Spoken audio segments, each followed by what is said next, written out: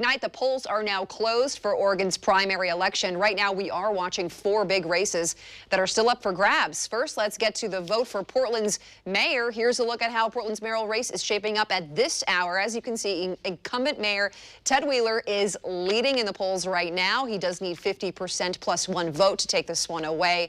So his biggest challenger tonight, Sarah Iannarone, she now stands at 22%. And let's move on now to City Commission position 4. This is the incumbent Chloe Eudaly, right now ahead at 30%. But this is a very close race, not only with the 2 people you see there, but also former Mayor Sam Adams, who is just behind MINGUS Maps. It was about 500 votes earlier tonight that separated the 2. So it looks as though this is going to wind up in some kind of a runoff. We just don't know exactly between who yet. Right. And here we go. Here's for Portland City Commissioner won that position because Amanda Fritz decided not to run for this. As you can see, Carmen Rubio with 67% of this vote. Her biggest challenger, Candace Avalos, at 8% tonight. So it does look like that Carmen Rubio is the voters' choice tonight to earn a spot on the Portland City Council. To the Secretary of State race, this is one of those that is still up in the air. It is very close between Mark Hass and Shamia Fagan. Just 2 percentage points separate them right now. You can count the votes, about 10,000 there, a little over 10,000 votes separate them for the Democratic Secretary of State position. Flip it over on the Republican side, not much of a race there. As you can see, Kim Thatcher is going to be facing one of those people you just saw. She's been declared the winner. She said she was really proud of her campaign and is now looking toward the future. I look forward to talking to voters over the next 6 months, trying to focus on getting Oregon back to work and trying to get agencies not leaving people hanging like what's happened now. So hopefully we can get that resolved soon.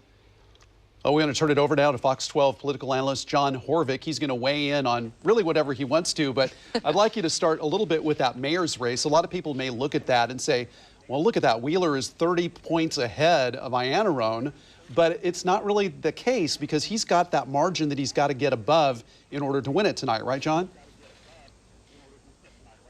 Yeah, that's right. The goal for him tonight is to get to 50%, and the goal for Sarah Iannarone is to keep him under 50% so that she can keep that campaign going into November. This really looks like a lot like 2016, where Mayor Wheeler, won that primary 55%. Now, Sarah Iannarone had about 11 or 12% then, but there was a third candidate as well. So, 4 years later, so much has changed, but in some respects, the dynamics of the Portland electorate haven't changed very much. But it's a close race, for sure. Mayor Wheeler, I'm sure, would like to have a few more percentage points and rest a little easier tonight, but there's lots of votes to count.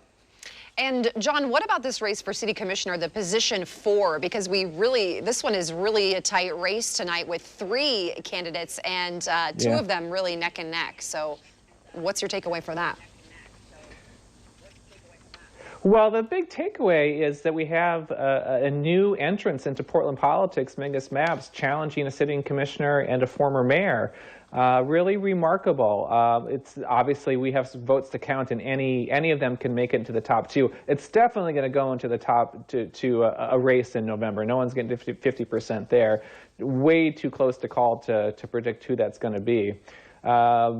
It could be MINGUS Maps, it could be Sam Adams, in which case Chloe Eudaly, Commissioner Eudaly, would be on the outside, which would be not unprecedented, but pretty remarkable for a sitting commissioner not to make it into a top 2. Hey, John, one last question before we let you go for now. You're going to stick around, but I always like to, surprises. I think everybody likes surprises. Was there, what was the biggest surprise you think you've seen so far tonight in dealing with this Oregon election? Well, that race we just talked about is a big one. Maybe a couple others. In Beaverton, Mayor Denny Doyle, who has been on that city council and mayor positions for about 30 years, he's in the lead, but less than 50% in his race for re-election. So that's a surprise for him not to be able to get over 50%. And another one is in Clackamas County, Tootie Smith, who lost her seat, sort of a controversial person at times, lost her seat 4 years ago, and ran again and is challenging and right now beating the sitting county chair there. So politics in Clackamas County are interesting and no different in 2020. Okay, John Horvick, our Fox 12 political analyst.